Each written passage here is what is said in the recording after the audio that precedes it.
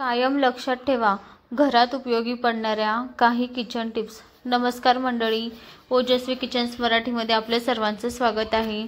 ज्यांनी अजून चॅनलला सबस्क्राईब केलेलं नाही आहे ते प्लीज चॅनलला सबस्क्राईब करा. नंबर 1, रात्री झोपण्यापूर्वी डोळे थंड पाण्याने धुवा, मग झोपा. असे केल्याने तुमचे डोळे कमजोर होणार नाही. नंबर 2, पेरूचे पान खाल्ल्याने दात मजबूत होतात. तर पेरूचे पान कसे खावे? पेरूचे पान हे चावून गुळण्या करून खावे की त्याने हिरडेही मजबूत होतात आणि आपले दातही मजबूत होतात. नंबर 3, डोकं दुखत असल्यास लवंगाचे तेल लावावे, त्यामुळे आराम मिळतो.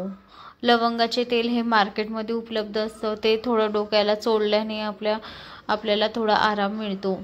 नंबर 4, सर्दी ताप आल्यास काढा करताना चमचाभर धने घाला. धने घातल्याने सर्दी तापावर आपल्याला आराम मिळतो. नंबर 5, खोबरेल तेलामध्ये मेथी दाणे टाकून मंद गॅसवर उकळून ते तेल थंड करून घ्या आणि ते तेल स्टोअर करावे आणि केसांच्या मुळाशी लावल्याने केस दाटसर होतात आणि केसांची वाढही होते. यात तुम्ही कढीपत्ता घातला तरी चालतो.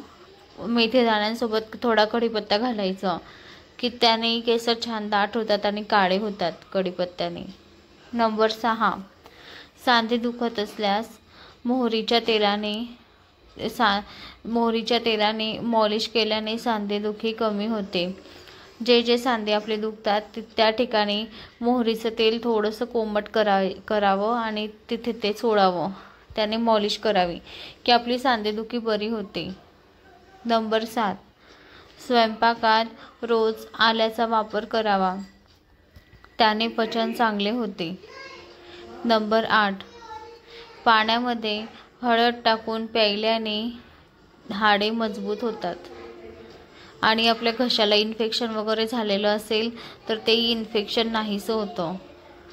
नंबर 9, चेहऱ्यावर टॅनिंग आले असेल तर चेहऱ्याला आठवड्यातून 2 वेळा बेसन पीठ घेऊन थोडी हळद, चंदन पावडर, दही, गुलाब पाणी हे मिक्स करून चेहऱ्याला लावल्याने आपल्या चेहऱ्याची टॅनिंग चांगली होते आणि चेहरा उजळायला लागतो.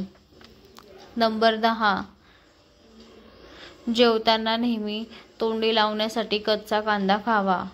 कच्चा कांदा हा शरीरासाठी चांगला असतो आणि उन्हाळ्यात तर खावा म्हणजे खावाच, कारण कच्चा कांदा खाल्ल्याने आपल्याला ऊनही लागत नाही, म्हणून कच्चा कांद्याचा वापर करावा. व्हिडिओ आवडला असेल तर चॅनलला नक्की लाईक आणि सबस्क्राईब करा. शेअर करायला विसरू नका. धन्यवाद.